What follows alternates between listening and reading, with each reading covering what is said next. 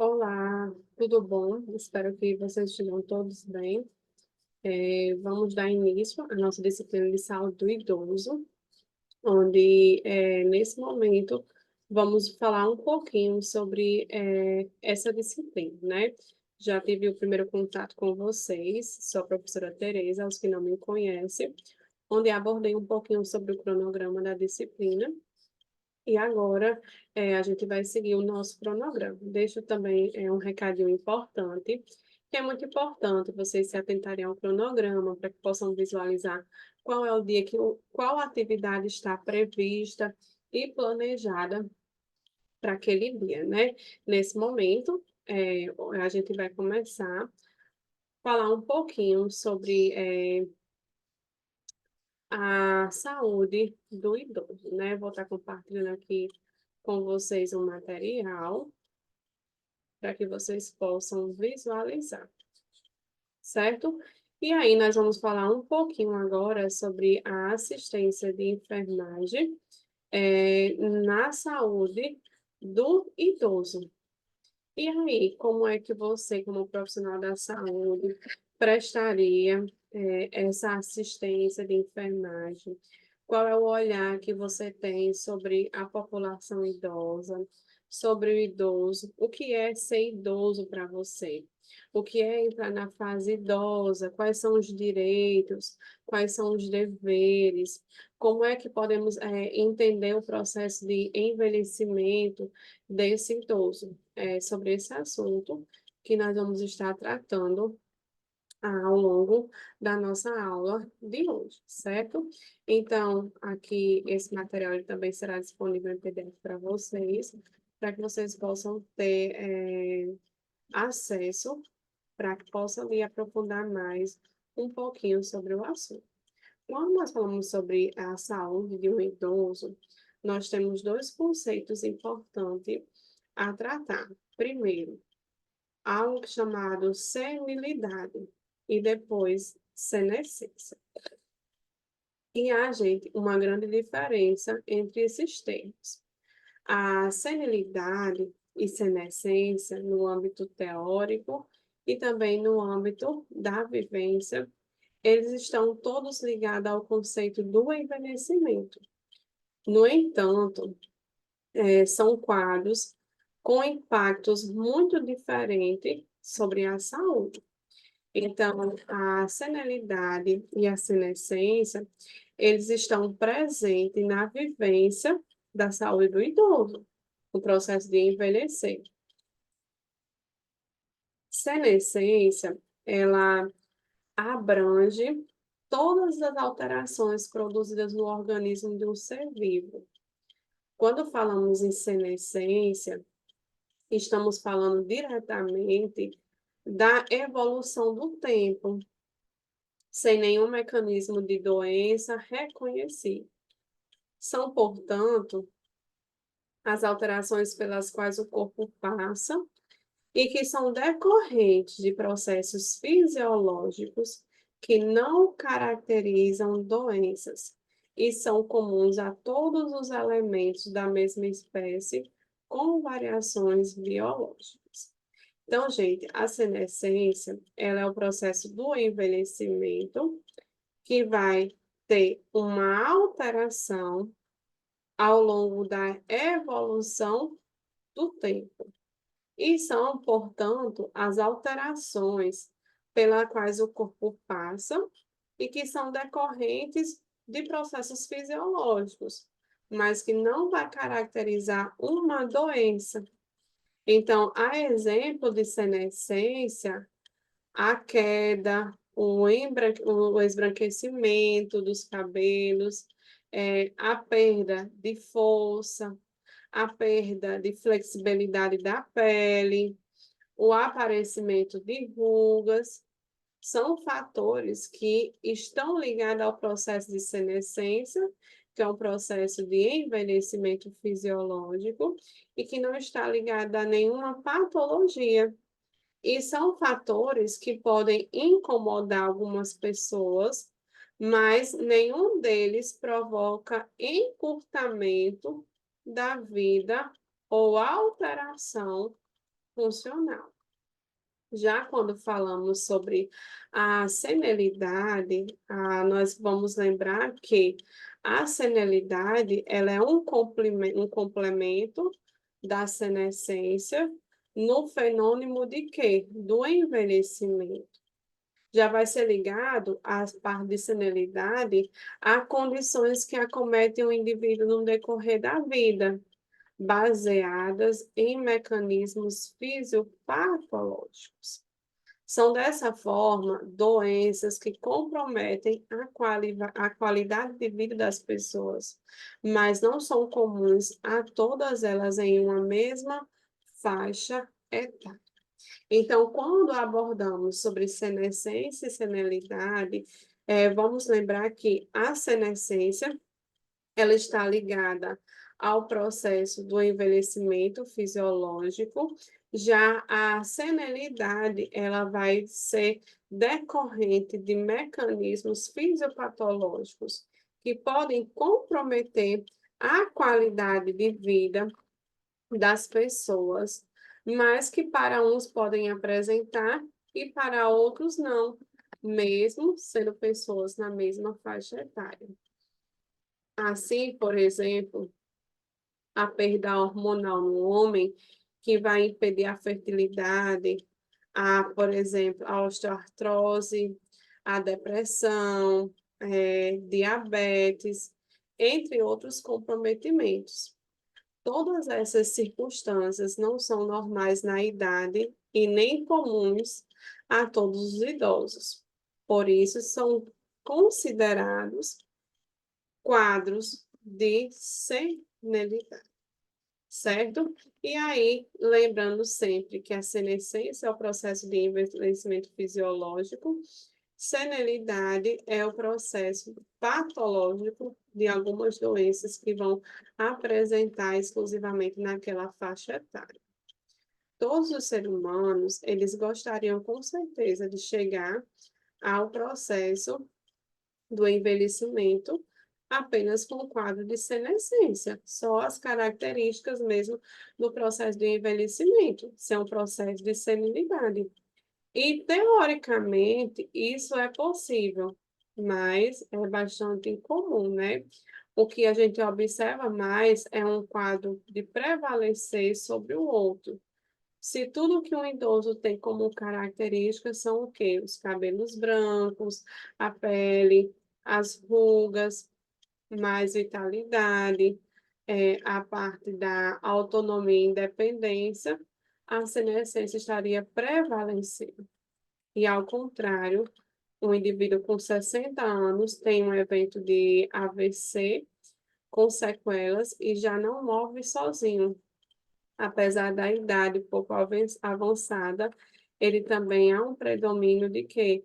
De senilidade. Além da sua idade, né, que já está um pouco avançada, ele tem também um processo de senilidade, que são as doenças, as patologias que foram adquiridas no decorrer dos anos, né?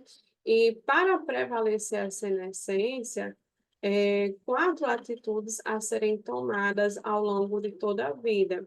São, por exemplo, elas a nutrição adequada a cada fase de vida, a atividade física constante, o relacionamento social presente, controle de doenças crônicas, ainda que não seja possível de evitá-las, mas que são atitudes que podem predominar e prevalecer na senescência, a fim de que não venha encontrá-las elas na senilidade. Uma pessoa, por exemplo, que se alimenta adequadamente, faz atividade física, desenvolve papéis sociais, afetivos, ao longo de toda a vida, está atenta à prevenção de doenças, como, por exemplo, a vacinação, controle da hipertensão, de diabetes e outros problemas crônicos, a chance de evitar a senilidade e promover uma senescência saudável é bastante alta. E aí é onde está hoje onde nós precisamos bater, né? A nossa tecla presente em promover a saúde, a fim de que nós tenhamos no futuro mais pessoas com processo de envelhecimento apenas da senescência, sem estar tão presente o processo também de senescência e senilidade, né? Tendo em vista que a senilidade ela vai me trazer sobre as doenças, a parte patológica ali presente naquele indivíduo. E aí nós temos as escalas de avaliação do idoso, que ela vem com a funcionalidade do idoso, ela é determinada pelo grau de autonomia e independência, sendo assim avaliada por instrumentos específicos, como, por exemplo, a perda da capacidade funcional, que vai trazer ali implicações para o idoso, a família e a comunidade. Além disso, aumentar o quê? O risco de morte, ela vai gerar maior chance de hospitalização e de gastos para o Sistema Único de Saúde e para as famílias, né? A gente sabe que hoje, na saúde pública, onde nós temos os maiores, os leitos onde estão evidenciados, né? Por maior ocupação, são por população idosa, porque tem algum grau de dependência. Além disso, tem algumas patologias determinantes, o que faz com que essa hospitalização ela demore, o que faça com que esse paciente ele tenha mais chance de adquirir mais doenças, sua hospitalização seja prolongada e assim gerando mais gastos para o Sistema Único de Saúde, como também para as famílias, né? A avaliação da capacidade funcional do idoso e as atividades básicas de vida diária, né? Temos as atividades básicas de vida diária, que são aquelas relacionadas ao quê? Ao autocuidado, ou seja, são atividades fundamentais necessárias para a vida, como, por exemplo, o idoso ele automaticamente tomar seu banho no sol, se vestir, executar sua própria higiene, conseguir se transferir da cama para a cadeira ou da cadeira para a cama, conseguir ir ao banheiro, a capacidade de se alimentar, de andar, a incapacidade de realizar atividades identifica, sim, o grau de dependência, né? É por isso que nós falamos muito, paciente dependente e independente. Paciente independente é aquele que consegue realizar suas atividades diárias sem auxílio, sem ajuda. Já quando falamos de pacientes dependentes, obviamente nós já temos na nossa mente que são pacientes que eles precisam de ajuda, precisam de cuidado para realizar atividades básicas funcionais, como, por exemplo, tomar banho, se vestir, executar sua própria higiene, se alimentar, ir ao banheiro, enfim, vestir sua própria roupa. E na saúde do idoso, quando trabalhamos com população idosa, população geriátrica, é também feito esse critério de avaliação. A gente avalia a capacidade funcional desse idoso. Ele é um idoso que consegue realizar suas atividades sozinho, ou ele precisa de auxílio, ele precisa de alguém para lhe auxiliar nas atividades diárias.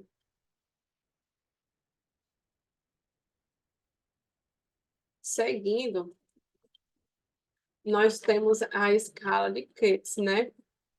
Essa escala é uma escala de avaliação de atividades, né, na vida diária, na qual ela vai ser pontuada.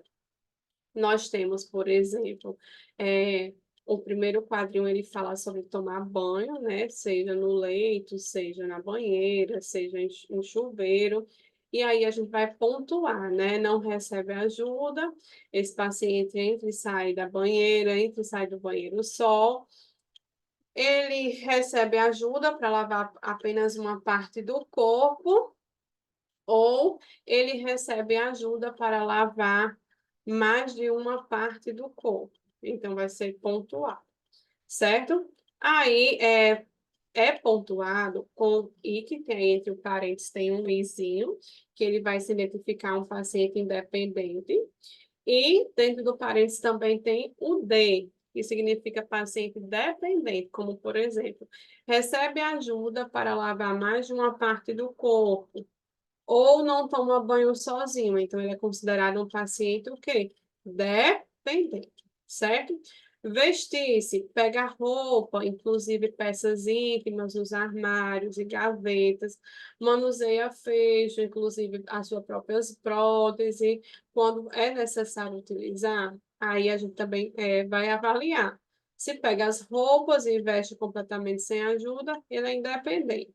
Se pega as roupas e veste sem ajuda, mas precisa de auxílio, por exemplo, para amarrar os sapatos, ainda é considerado independente.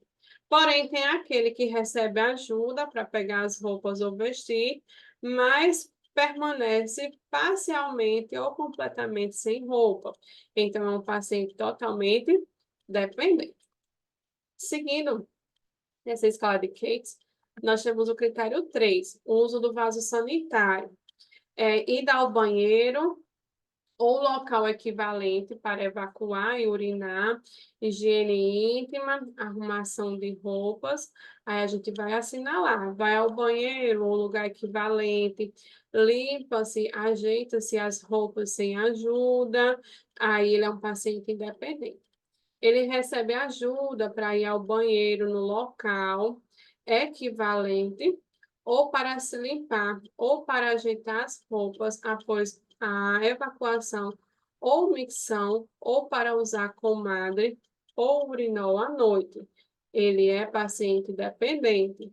Não vai ao banheiro, ou equivalente para eliminação fisiológica. Então, ele é um paciente totalmente dependente, né? Então, aqui no critério 3, a gente já tem dois quesitos que se tornam o paciente ele totalmente dependente. Critério 4, né? Deita-se e sai da cama, senta-se e levanta-se da cadeira sem ajuda. Ele é um paciente independente. Deita e sai da cama, ou senta-se e se levanta de uma cadeira com ajuda, dependente. Não sai da cama, é um paciente totalmente dependente. Outro quesito, a continência. Continência, ele controla inteiramente a micção e a evacuação independente. Não, tem acidentes ocasionados, né? De repente tem os escapes. Ele é um paciente dependente. Ele necessita de ajuda para manter o controle da micção e evacuação. O uso de catete ou é incontinente. Já torna o paciente totalmente dependente. A alimentação, ele alimenta-se sem ajuda, aí considera-se independente. Alimenta-se sozinho, mas recebe ajuda para cortar ou para passar manteiga no pão. Ainda é considerado um paciente independente. Porém, aquele que recebe ajuda, alimenta-se ou é alimentado parcialmente ou completamente por uso de catéteres ou fluidos intravenosos, nós temos um paciente totalmente o quê? Dependente. E aí, gente, a interpretação dessa escala, ela ocorre da seguinte maneira: 0, independente em todas as 6 funções. 1, independente em 5 funções e dependente apenas de uma função. 2, independente em 4 funções e dependente em 2 funções. 3, independente em 3 funções e dependente em 3 funções. 4, independente em 2 funções e dependente em 4. 5, independente em uma função e dependente em 5 funções. 6, paciente dependente em todas as 6 funções. Então, é uma escala feita com um nível de interpretação para que a gente possa atribuir se ele é um paciente totalmente dependente ou independente. Inclusive, isso é um quesito para avaliação, quando, por exemplo, nós temos pacientes em clínica médica e é preciso fazer um serviço de dimensionamento da nossa equipe de enfermagem, certo? E aí eu tenho o índice de Bartel, que foi uma escala que ela é desenvolvida para avaliar o potencial funcional e os resultados do tratamento e de reabilitação dos pacientes vítimas assim de acidente vascular encefálico, porém ele se mostrou útil na avaliação de idosos em geral. Foi validada no Brasil para idosos em atendimento ambulatorial e, além disso, ela avalia no total 10 funções, como, por exemplo, banhar, se vestir, promover sua higiene, usar o vaso sanitário, transferir-se da cama para a cadeira ou vice-versa, manter continências fecal e urinária, capacidade para alimentar-se, deambular, subir e descer de escadas. E aí, essa escala, ela vai permitir ainda uma gradação mais ampla na classificação da dependência, indo desde a dependência total de 0 ponto até a total independência máxima de 100 pontos, certo? E aqui está esse quadro com a avaliação das atividades básicas de vida diária, como, por exemplo, alimentar-se, a alimentação, né? Escala de Bartel. 10 pontos para um paciente independente, capaz de usar qualquer talher, em qualquer lugar e tempo. 5 pontos, ajuda e necessidade de ajuda para passar manteiga. 0 ponto, dependente, não consegue levar a própria comida ao prato e boca. Banho, independente, ele toma banho sozinho. Independente, né? Já dependente, ele vai necessitar de ajuda, de auxílio para um banho. O quesito 3 sobre os vestuários. 10 pontos. Ele é independente, ele é capaz de pegar as roupas, vestir, amarrar sapatos, retirar sua roupa. 5 pontos. Ajuda, necessita de ajuda, mas realiza pelo menos um terço das tarefas em razão razoável. E 0 ponto, ele depende e necessita de ajuda e não cumpre condição anterior, certo? Higiene pessoal. 5 pontos. Ele é capaz de lavar as mãos, o rosto, escovar os dentes sem ajuda. Então, é considerado 5 pontos porque é um paciente independente. 0 ponto, ele é dependente. Precisa de ajuda para realizar as atividades citadas anterior. Evacuações, né?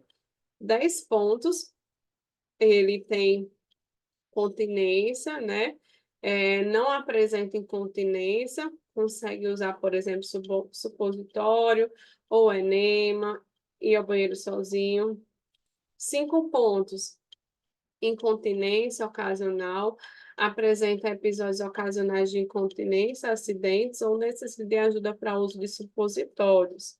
E 0 ponto, apresenta-se incontinência fecal, né? Aquele paciente totalmente dependente.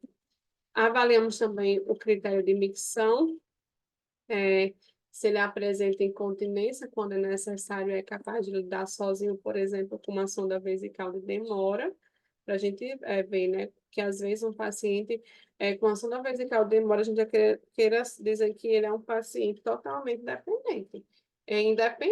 Dependente, né? E ele é considerado ainda um paciente independente se ele, por exemplo, conseguir realizar todo o cuidado relacionado à sua sonda vesical de demora, né? Tem paciente que ele vai até sozinho à unidade básica de saúde para ali fazer a troca da sua sonda vesical de demora. 5 pontos, em caso de incontinência ocasional, ele apresenta ocasionais incontinência e não consegue lidar sem ajuda. E 0 ponto, quando ele apresenta ali uma incontinência urinária. Uso do vaso sanitário, 10 pontos, independente. O uso do vaso sanitário ou urinol. Senta-se e levanta-se sem ajuda, mesmo que usem barras de apoio. Limpa-se e veste sem ajuda. E 5 pontos, no caso que ele necessita de ajuda para manter o equilíbrio e limpar-se e se vestir. Aí tem o critério das escadas, que se ele é capaz de descer as escadas sem ajuda, ele já precisa de ajuda ou de supervisão para descer e subir escadas, ou ele é totalmente dependente, né? Ele precisa de pessoas para ajudar a subir as escadas, ele é incapaz de subir. São critérios para avaliações do idoso, para considerar ele um paciente totalmente dependente ou ele ainda é considerado um paciente independente, né? As atividades instrumentais da vida diária, né? São aquelas rotineiras do dia a dia, na qual o idoso ele deve usar os recursos disponíveis no meio ambiente para uma vida totalmente máximo independente e ativa na comunidade. De que forma, né? Existe até eles falam muito, né, a expressão de dizer, se me tirar dessa minha lida, eu não sobrevivo, né? Então, muitas das vezes, o idoso, que é acostumado com uma rotina, uma vida, né? Quando ele, infelizmente, precisa se ausentar daquela rotina por uma situação específica de problemas de saúde, faz com que aquele paciente que era totalmente independente, ele fique dependente, né? Infelizmente. E o máximo possível, nós temos que trabalhar a dependência, mesmo na pessoa da terceira idade. Se ele tem condição de se alimentar da forma dele, consegue ainda, é preciso o estímulo, né? Deixar ele à vontade, a fim que ele possa se alimentar, possa tomar sua água, possa vestir sua roupa, possa realizar seus cuidados de higiene oral. Eh, Estão relacionadas com a realização de tarefas, seja ela mais complexa, como, por exemplo, arrumar uma casa, telefonar, viajar, fazer compras, preparar os alimentos, controlar e tomar os remédios e administrar o quê? As finanças. Então, de acordo com a capacidade de realizar essas atividades, é possível o quê? Determinar se o indivíduo ele pode ou não viver sozinho sem supervisão, né? A gente sabe que é um critério de avaliação hoje, inclusive está na caderneta do idoso e nos direitos relacionados à pessoa da terceira idade, que é a avaliação para saber se esse ser, né, esse paciente, ele pode ser uma pessoa que pode morar só ou ele precisa de alguém, de uma supervisão, certo? Seguindo, como eu mostro para vocês, a escala de Keter e de Bratton, agora nós temos a escala de Larton. Ela tem uma pontuação máxima de 27 pontos e ela vai corresponder à maior independência e uma pontuação mínima de 9 pontos, que vai relacionar-se à maior dependência daquele ser, certo? Então, vai ver aqui na escala de Larton as atividades instrumentais de vida diária, como, por exemplo, é capaz de utilizar um telefone, ele pode utilizar um telefone por iniciativa própria, responde ligações, porém necessita de uma ajuda para, por exemplo, discar o número do telefone, é completamente incapaz para usar um telefone. Quesito de compras, ele é capaz de realizar todas as compras necessárias sem ajuda ou supervisão, necessita de supervisão para fazer compras, completamente incapaz de fazer compras, mesmo com a supervisão, esse usuário, ele consegue preparar suas refeições sem ajuda, é capaz de preparar refeições com supervisão ou ajuda parcial, é incapaz de preparar refeições, certo? Aí avalia também o conceito das tarefas domésticas. É capaz de realizar todo o trabalho sem ajuda ou supervisão? É capaz de realizar apenas o trabalho doméstico leve ou necessita de ajuda ou supervisão? É incapaz de realizar trabalho doméstico, como trabalho manuais e pequenos reparos na casa? É capaz de, sem ajuda ou com supervisão? Realiza pequenos trabalhos com ajuda ou supervisão? Incapaz de realizar trabalhos manuais e pequenos reparos na casa? Aí seria critério 1, né? Lavar as roupas. É avaliado também, é capaz de lavar toda a roupa sem ajuda? Aí ele teria uma pontuação de 3. Incapaz de lavar qualquer peça de roupa? Quesito de score 1, porque ele não consegue realizar nenhuma atividade só. 5. Ele também consegue pegar transporte, só ele consegue dirigir, então é 3. Ele necessita de ajuda, mas ele consegue pegar, viajar de ônibus, de trem, score 2. Esse paciente ele é incapaz de utilizar qualquer meio de transporte. Aí seria, certo? Manuseio de medicação. É capaz de tomar toda e qualquer medicação na hora e dose correta, sem supervisão? Necessita de lembrete e de supervisão para tomar medicação nos horários e doses corretas? É incapaz de tomar sua medicação, score 1. Aí avalia também se ele tem condições de manusear ainda o dinheiro, né? Se ele é capaz de administrar seus assuntos econômicos, como, por exemplo, pagar uma conta, saber a contabilidade do dinheiro, seria score 3. É capaz de administrar seus assuntos econômicos, porém ele precisa de ajuda para os pagamentos. Score 2. Ele é incapaz de lidar com o dinheiro. Score 1. Outra escala muito avaliada, utilizada para avaliação é a escala de IV. É questionário de PIF para atividades assim funcionais, né?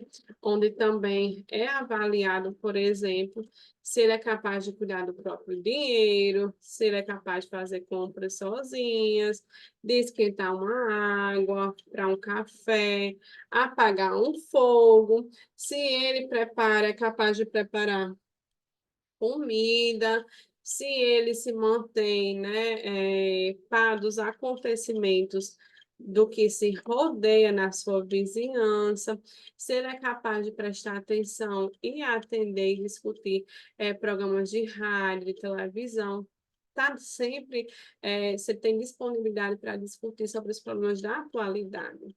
Se ele é capaz de se lembrar de compromissos e acontecimentos familiares, e se ele é capaz de cuidar de seus próprios medicamentos, capaz de andar pela vizinhança e encontrar o caminho de volta para casa, de cumprimentar seus amigos adequadamente, e se ele é capaz de ficar sozinho ou em casa para a ajuda do seu problema, né? Então, é avaliado uma pontuação de 0, se sim, ele é capaz, nunca o fez, mas poderia fazer 1 ponto, com alguma dificuldade, mas faz 1, nunca fez, teria dificuldade, agora seria 2, necessita de ajuda, 3, não é capaz de interpretação, 6, pontos, normal, 6 pontos de comprometimento. E aí a gente já tem um paciente totalmente classificado com dependência. Relembro que a gente visualizou na aula de hoje algumas escalas que são utilizadas para avaliação do grau de dependência desses usuários idosos, né? Seja ele para ser inserido dentro de uma instituição, por exemplo, né, um lar filantrópico, ou também até mesmo no dimensionamento da equipe de assistência de enfermagem, onde eu tenho que atribuir com qualidade, proporcionalmente, né, paciente dependente e independente para a equipe, a fim de que nem todo, nem, por exemplo, às vezes não pode acontecer de um técnico de enfermagem ficar responsável por 5 pacientes totalmente dependente, né? Então, tem que fazer ali uma colocação que seja favorável e de qualidade para todos, certo? Além disso, nós falamos também um pouquinho sobre a senilidade e senescência, que é o processo de 2 termos utilizados hoje com o critério de avaliação de quê?